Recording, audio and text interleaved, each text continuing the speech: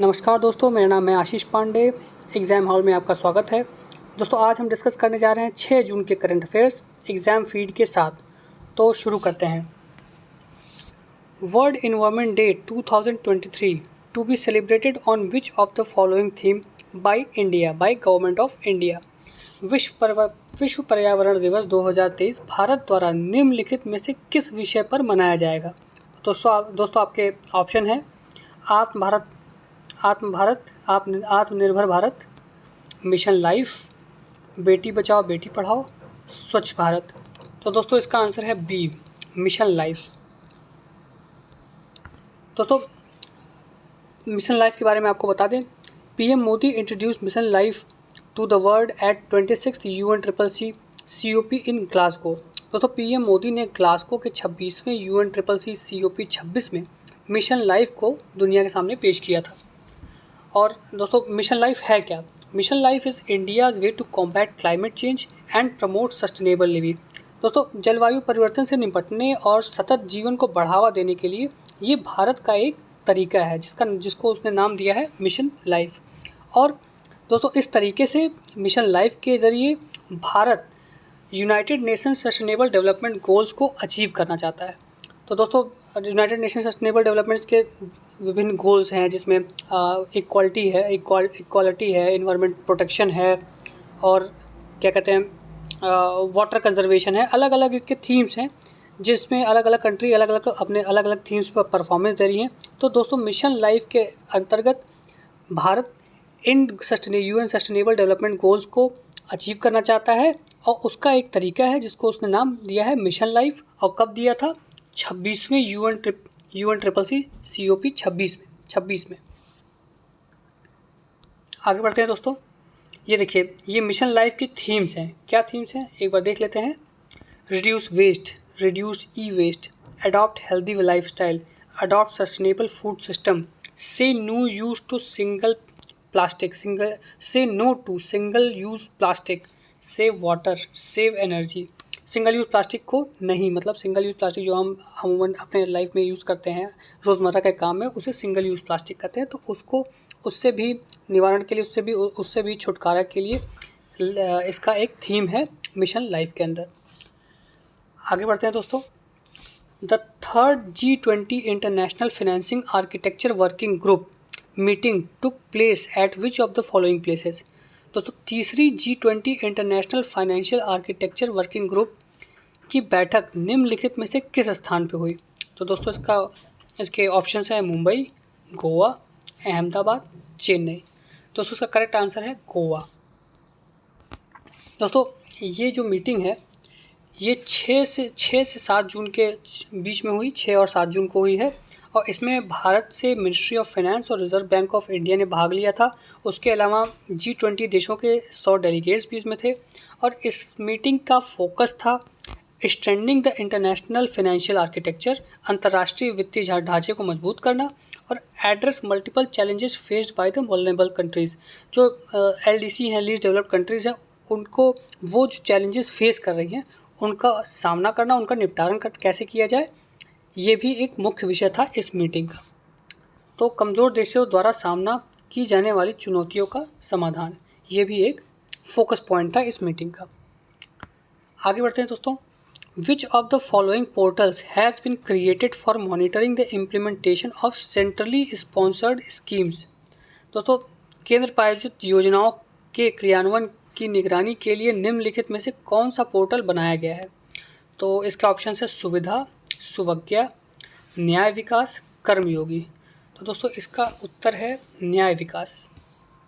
दोस्तों न्याय विकास पोर्टल के बारे में थोड़ा जान लेते हैं। दोस्तों ये डिपार्टमेंट ऑफ जस्टिस के द्वारा बनाया गया है, क्रियान्वित किया गया है। और इसका काम क्या है? इसका काम क्या किया जाता है? न्याय विकास स्कीम के अंतर्गत क्या किया गया है? इसमें central assistance is provided to the state government UT administration for construction of court halls and residential unit for judicial officer, जजेस, डिस्ट्रिक्ट एंड सबऑर्डिनेट कोर्ट। दोस्तों इस स्कीम के द्वारा जिला और अधीनस्थ न्यायालयों के न्यायिक अधिकारी न्यायाधीशों के लिए कोर्ट हॉल और आवासीय इकाइयों के निर्माण में राज्य सरकार संघ क्षेत्र की का सेंट्रल गवर्नमेंट जो है वो असिस्टेंट करती है, सहायता करती है। दोस्तों फंडिंग शेयरिंग पैटर्न्स का देख लीजिए एक बार। सेंटर और स्टेट के केस में 60-40 है, नॉर्थ ईस्टर्न और हिमालयन के स्टेट्स के केस में 90-10 है, और यूनियन टेरिटरी के केस में 100% सेंट्रल द्वारा, केंद्र सरकार द्वारा स्पॉन्सर्ड है। चलिए दोस्तों आगे बढ़ते हैं। Which of the following organization has publish is first sustainability report for financial year 2021-22। दोस्तों निम्नलिखित में से किस संगठन ने वित्त वर्ष 2021-22 के लिए अपनी पहली स्थिति रिपोर्ट का प्रकाशित किया है? दोस्तों इसके ऑप्शंस हैं ISRO, NHAI, CPWD, airport authority of India यानी AAI। तो दोस्तों इसका उत्तर है NHAI। दोस्तों NHAI ने अभी हाल ही में सस्टेनेबिलिटी रिपोर्ट का प्रकाशन किया है 2020-21 के लिए। इसमें दोस्तों ये रिपोर्ट करती क्या है? This report covers NHAI governance structure, stakeholders, environment and social responsibility initiatives that has been taken by NHAI। मतलब जो NHAI के स्टेक होल्डर्स हैं और गवर्नेंस स्ट्रक्चर है, उसने जो भी सोशल और इन्वायरमेंट रिस्पॉन्सिबिलिटीज़ ली हैं उनके बारे में ये रिपोर्ट बताता है। Report underlines the effectiveness of various efforts made by NHAI in environment and energy conservation. NHAI ने जो भी एफर्ट लिया है एनर्जी और इन्वायरमेंट के कंजर्वेशन के लिए, वो ये रिपोर्ट बताता है। दोस्तों उदाहरण के तौर पे जो NHAI है उसने जो गैस फ्यूल कंजम्पशन से जो इमिशंस होते हैं उसको 18.4% से 19.49% पे वो ले आया है। तो मतलब उसको उसने कम किया है। और जो ग्रीन हाउस गैस इमिशंस होते हैं वो वर्ष 2020-21 में 9.7% से उसने 2% तक ले आया है। तो ये काफ़ी बड़ा अचीवमेंट है दोस्तों। अगर ग्रीन हाउस गैस इमिशंस और फ्यूल कंजम्पशन से जो इमिशंस होते हैं उसको अगर NHAI ने कम किया है तो ये इन्वायरमेंट प्रोटेक्शन की फील्ड में एक बहुत ही सराहनीय स्टेप है। और इसी को इस रिपोर्ट ने प्रकाशित किया है, हाईलाइट किया है, sustainability report for FY 2021 and 22। दोस्तों अब आगे बढ़ते हैं, NHAI के बारे में थोड़ा जान लेते हैं।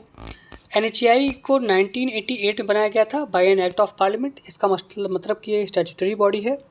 और ये इसका काम क्या है? It is a central authority to develop, maintain and manage national highways. मतलब राष्ट्रीय राजमार्गों का विकास, रखरखाव और प्रबंधन के लिए ये प्राधिकरण बनाया गया है। और इसमें एक फुल टाइम चेयरमैन होता है और 5 मेंबर होते हैं। मतलब 5 मेंबर मैक्सिमम, 5 मेंबर से कम भी हो सकते हैं लेकिन ज़्यादा नहीं हो सकते। तो ये है NHAI का ऑर्गेनाइजेशन स्ट्रक्चर। अब चलिए नेक्स्ट क्वेश्चन पे आते हैं। India's first international cruise vessel will travel from. दोस्तों भारत का पहला इंटरनेशनल क्रूज़ वेसल कहाँ से कहाँ तक ट्रैवल करेगा? तो इसका ऑप्शन है Chennai to Sri Lanka, Kochi to Maldives, Mumbai to Maldives, Andaman Nicobar to Indonesia. तो दोस्तों इसका सही आंसर है चेन्नई टू श्रीलंका। दोस्तों अभी हाल ही में हमारे जो मिनिस्टर है सदानंद सोनोवाल जी ने उन्होंने इस क्रूज़ का उद्घाटन किया है। इस क्रूज़ का नाम है MV एक्सप्रेस। और ये क्रूज़ चेन्नई से श्रीलंका के 3 पोर्टों तक जाएगी, हम्बनटोटा, तिरुवनंतपुरम और कनकेसांतुरी। तो ये 3 पोर्ट्स को वो कवर करेगी। दोस्तों ये पहला, अपने आप में एक पहला क्रूज़ है, इसीलिए न्यूज़ में है। देखिए ये क्रूज़ है, इसको दिखाया गया है यहाँ पे, और इसका उद्घाटन कर रहे हैं हमारे मिनिस्टर साहब। चलिए अब नेक्स्ट क्वेश्चन पे आते हैं। Who among the following has been conferred with the highest civilian award of Suriname. Suriname एक कंट्री है दोस्तों साउथ अमेरिका में। तो उसके हाईएस्ट सिविलियन अवार्ड से किसको कन्फर किया गया है, ये क्वेश्चन है। तो ऑप्शन है नरेंद्र मोदी, द्रौपदी मुर्मू, अमित शाह, राजनाथ सिंह। दोस्तों इसका आंसर है द्रौपदी मुर्मू, जो कि हमारी प्रेसिडेंट है। तो हमारे प्रेसिडेंट को वहाँ का हाईएस्ट, सूरीनेम का हाईएस्ट सिविलियन ऑनर दिया गया है। और इस ऑनर का नाम क्या है? The grand daughter of chain of yellow star. और ये कहाँ दिया गया है? पारामारिबो ये कैपिटल सिटी है सूरीनेम का। और वहाँ के प्रेसिडेंट ने, रिपब्लिक ऑफ सूरीनेम के प्रेसिडेंट ने इस ऑनर को हमारी प्रेसिडेंट श्रीमती द्रौपदी मुर्मू को दिया है। और उनके प्रेसिडेंट का नाम क्या है? चंद्रिका प्रसाद सनकोठी, ये उनके प्रेसिडेंट का नाम है। देखिए दोस्तों, ये वर्ल्ड में साउथ अमेरिका के मैप में ये देखिए सुरीनेम यहाँ पे है। इसके इसके नेबरिंग कंट्रीज़ है फ्रेंच गुयाना और ये अटलांटिक ओशन से लगा हुआ है। तो ये भी आप ध्यान में रखिएगा, पूछा जा सकता है। इसका कैपिटल ज़रूर याद रखिएगा। क्या है इसका कैपिटल? पारामारिबो। ये याद रखिएगा, ये एग्जाम में पूछा जा सकता है। चलिए अब नेक्स्ट क्वेश्चन पे आते हैं। Which of the following has been conferred as a top educational institution in India as per NIRF ranking. तो NIRF रैंकिंग के हिसाब से इनमें से किसको इंडिया का टॉप एजुकेशनल इंस्टीट्यूट बताया गया है? आपका ऑप्शन है IIT Bombay, IIT Chennai, IIT Kanpur, IISc Bangalore. तो दोस्तों इसका आंसर है IIT चेन्नई। दोस्तों हाल ही में NIRF ने अभी एक लिस्ट निकाली है 2023 में, जिसमें उसने टॉप एजुकेशनल इंस्टीट्यूशंस को टॉप रैंक्स दिया है और वो अलग अलग कैटेगरीज़ में, अलग अलग सब कैटेगरीज़ में उसकी रैंकिंग की है। तो NIRF के बारे में थोड़ा जान लेते हैं। ये हमारा मिनिस्टर ऑफ एजुकेशन ने 2015 में, सितंबर 2015 में इसको लॉन्च किया था। The list includes the ranking of higher education institute in subcategories including, मतलब ये लिस्ट जो है उप रेडियो में उच्च शिक्षा संस्थानों की रैंकिंग करता है, जैसे टॉप यूनिवर्सिटीज़, टॉप कॉलेजेस, और सेक्शन वाइज लिस्ट भी ये निकालता है, जिसमें best engineering colleges, medical colleges, management colleges, pharma colleges, architecture college और अदर कैटेगरीज़ के कॉलेजेस इंक्लूडेड हैं। कुछ फैक्ट्स देख लेते हैं NIRF 2023 के, जो आपके एग्जामिनेशन पॉइंट ऑफ व्यू से बहुत इंपॉर्टेंट है, इसको आपको याद रखना होगा। IIT Madras top educational institute है, जैसा कि हमने बताया, और मिरिंडा हाउस जो कि दिल्ली यूनिवर्सिटी में आता है वो बेस्ट कॉलेज है। Top agriculture and allied sector college क्या है आपका? Indian agriculture research institute new Delhi. Top research institute India में कौन सा है? Indian institute of science Bangalore. Top pharmacy college India में कौन सा है? National institute of pharmaceutical education and research Hyderabad. Top management institute कौन सा है इंडिया में? Indian institute of management Ahmedabad. Top medical college India में कौन सा है? All India institute of medical science यानी AIIMS Delhi. Top law college India में कौन सा है? NLU बैंगलोर। अब दोस्तों आते हैं नेक्स्ट क्वेश्चन पे। Who among the following bagged gold in 10 metre air rifle at ISSF junior world cup. निम्नलिखित में से किसने ISSF जूनियर विश्व कप में 10 मीटर एयर राइफल में स्वर्ण पदक जीता? दोस्तों आपके ऑप्शन है ओशियने मोलर, रोमेन ओफ्रे, धनुष श्रीकांत, किम जूर। तो दोस्तों इसका आंसर है धनुष श्रीकांत। तो धनुष श्रीकांत ने Dhanush Shrikant men's 10 metre air rifle तीसरे दिन, मतलब ये इवेंट के तीसरे दिन में जीता है। वो इंडिया से हैं। चलिए दोस्तों, इसमें ज़्यादा कुछ एनालिसिस लायक नहीं है, ये फैक्ट है, इसको आप याद रखिएगा। आगे बढ़ते हैं। Which of the following sprinter back 2 gold medals in Flanders cup 2023 athletics. निम्नलिखित में से किस धावक ने फ्लैंडर्स कप में 2023 एथलेटिक्स में 2 स्वर्ण पदक जीते? आपके ऑप्शंस है Amlan Borgohain, Amber Vanden Bosch, Samuel Ron और हॉफमैन। दोस्तों इसमें से किसने किसने गोल्ड मेडल जीता है? तो इसका आंसर है दोस्तों इंडियन स्प्रिंटर एमएल बोर्गन ने। चलिए थोड़ा डिटेल में जान लेते हैं कि इन्होंने मेंस 100 और 200 मीटर्स के रेस में ये पदक जीता है। और ये फ्लैंडर्स कप कहाँ पे हो रहा है? बेल्जियम में, मर्केसम बेल्जियम में इसका आयोजन करवाया जा रहा है, और जिसमें हमारे इंडिया से अमलान बोरगन ने 2 गोल्ड मेडल जीते हैं 100 मीटर की और 200 मीटर की रेस में। तो दोस्तों ये फैक्ट्स आपको याद रखने हैं।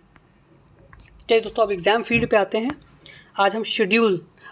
कल हमने शेड्यूल डिस्कस किया था, आज हम parts of Indian constitution discuss करेंगे। तो पार्ट 1 क्या है? यूनियन एंड इट्स टेरिटरी के बारे में, और ये एक आर्टिकल 1 to 4 है। पार्ट 2 क्या है? सिटीजनशिप के बारे में, ये आर्टिकल 5 to 11 है। पार्ट 3 क्या है? फंडामेंटल राइट्स के बारे में है, ये आर्टिकल 12 to 35 के बीच में है। पार्ट 4 क्या है? Directive principle of state policy, ये आर्टिकल 36 to 51 के बीच में है। पार्ट 4A क्या है? फंडामेंटल ड्यूटीज़ है, ये आर्टिकल 51 में ए में है। पार्ट 5 क्या है? यूनियन गवर्नमेंट के बारे में है, जो कि आर्टिकल 52 से 151 के बीच में है। एग्जीक्यूटिव है आपका 52 से 78 के बीच में, पार्लियामेंट 79 से 122 के बीच में, legislative powers of the president article 123 में है, यूनियन जुडिशरी आपका 124 से 147 के बीच में है, CAG आपका 148 से 151 के बीच में है। पार्ट 6 है हमारा स्टेट गवर्नमेंट्स के बारे में, जो आपका आर्टिकल 152 से 237 के बीच में है, जिसमें जो जनरल स्टेट गवर्नमेंट के बारे में जनरल बातें हैं वो आर्टिकल 152 के बीच में है। एग्जीक्यूटिव के स्टेट गवर्नमेंट के एग्जीक्यूटिव के बारे में आर्टिकल 153 से 167 के बीच में है। स्टेट लेजिस्लेचर के बारे में आर्टिकल 168 से 212 के बीच में है। Legislative power of governor article 213 में है। हाई कोर्ट्स के बारे में 214 से 232 के बीच में बताया गया है। सबऑर्डिनेट कोर्ट्स के बारे में आर्टिकल 233 से 237 के बीच में बताया गया है। अब दोस्तों आते हैं पार्ट 8 में, जो कि यूनियन टेरिटरीज़ के बारे में है, और ये आर्टिकल 239 से 242 के बारे में बीच में बताया गया है। पार्ट 9 में आते हैं, जो कि पंचायत के बारे में है, जो कि आर्टिकल 243 से लेकर 243 तक डिस्कस किया गया है, बताया गया है इसके बारे में हमारे कॉन्स्टिट्यूशन में। अब आते हैं पार्ट 9A में, जो कि म्यूनसिपैलिटीज़ के बारे में है। पार्ट 9A में, जो कि म्यूनसिपैलिटीज़ के बारे में है। ये आर्टिकल 243P से लेकर 243Z तक है। दोस्तों याद रखिएगा, एग्ज़ाम में आता है, काफ़ी इंपॉर्टेंट है। नेक्स्ट है हमारा आर्टिकल 9B, जो कि कोऑपरेटिव सोसाइटीज़ के बारे में है। ये आर्टिकल 243ZS से लेकर आर्टिकल 243ZT तक है। फिर पार्ट 10 है हमारा शेड्यूल एंड ट्राइबल एरियाज़ के बारे में, जो आर्टिकल 244 से 244A के बीच में है। पार्ट 11 है हमारा relations between union and the states, जो कि आर्टिकल 245 से 263 के बीच में है। इसमें लेजिस्लेटिव रिलेशंस है 245 से 255 के बीच में। एडमिनिस्ट्रेटिव रिलेशंस है 256 से 263 के बीच में। पार्ट 12 है हमारा finance, property, contract and suits के बारे में, जो कि आर्टिकल 264 से 300A के बीच में है। इसमें चैप्टर 1 है फिनेंस के बारे में, जो कि आर्टिकल 264 से 291 के बीच में है। चैप्टर 2 है बोरोइंग के बारे में, जो कि आर्टिकल 292 से 293 के बीच में है। चैप्टर 3 है property, contracts, right, liabilities, obligations and suits के बारे में, जो कि आर्टिकल 294 से 300 के बीच में है। और चैप्टर 4 है राइट टू प्रॉपर्टी के बारे में, जो आर्टिकल 3A में है। पहले ये कॉन्स्टिट्यूशनल राइट था, लेकिन फंडामेंटल राइट था, लेकिन अब ये कॉन्स्टिट्यूशनल और लीगल राइट है। फिर हम आते हैं पार्ट 13 पे। ये बताता है trade, commerce and intercourse with in the territory of India के बारे में, जो कि आर्टिकल 301 से लेकर 307 के बीच में है। फिर हम आते हैं पार्ट 14 में, जो सर्विसेज अंदर यूनियन एंड स्टेट्स के बारे में बताता है, जो आर्टिकल 308 से 323 तक है। और इसमें चैप्टर 1 है सर्विसेज के बारे में, जो 308 से 314 तक है। और दूसरा है पब्लिक सर्विस कमीशन के बारे में, जो 315 से 323 के बीच में है। फिर आर्टिकल 14A हमारा ट्राइब्यूनल्स के बारे में बात करता है, जो आर्टिकल 323A और 323B में है। फिर आर्टिकल 15 पार्ट 15 इलेक्शंस के बारे में बात करता है, जो कि आर्टिकल 324 से लेकर 329A के बीच में है। फिर पार्ट 16 हमारा special provision related to certain classes बात करता है, जो कि आर्टिकल 330 से लेकर 342 के बीच में है। पार्ट 17 हमारा ऑफिशियल लैंग्वेज के बारे में बात करता है, जो आर्टिकल 343 से लेकर 351 के बीच में है। और इसमें चैप्टर 1 है लैंग्वेज ऑफ द यूनियन, जो आर्टिकल 343 और 344 में है। और चैप्टर 2 है इसमें रीजनल लैंग्वेजेस, जो आर्टिकल 345 और 347 में है। चैप्टर 3 है language of the supreme court and high court and so on, जो आर्टिकल 344 से 348 और 349 में है। और इसमें चैप्टर 4 है स्पेशल डायरेक्टिव्स के बारे में, जो 350 और 351 वाले आर्टिकल में है। फिर दोस्तों पार्ट 18 आता है, जो इमरजेंसी प्रोविजंस के बारे में है, और ये आर्टिकल 352 से 360 के बीच में है। फिर पार्ट 9 है मिसलेनियस प्रोविजंस के बारे में, जो आर्टिकल 361 से 367 के बीच में है। पार्ट 20 है अमेंडमेंट ऑफ कॉन्स्टिट्यूशन, जो आर्टिकल 368 में है। पार्ट 21 है temporary transitions and special provision, जो आर्टिकल 369 से 392 के बीच में है। आर्टिकल 12 है पार्ट 12 है short title commencement authoritative tax in Hindi and rupees. दोस्तों ये पार्ट 22 है, जो आर्टिकल 393 से एंड ऑनवर्ड्स है। तो दोस्तों ये थी दोस्तों आज की करंट अफेयर्स और एग्जामिनेशन फीड। अगर आपको ये अच्छा लगा हो तो हमारे चैनल को सब्सक्राइब करें और लाइक करें और ज़्यादा से ज़्यादा लोगों से शेयर करें। Thank you.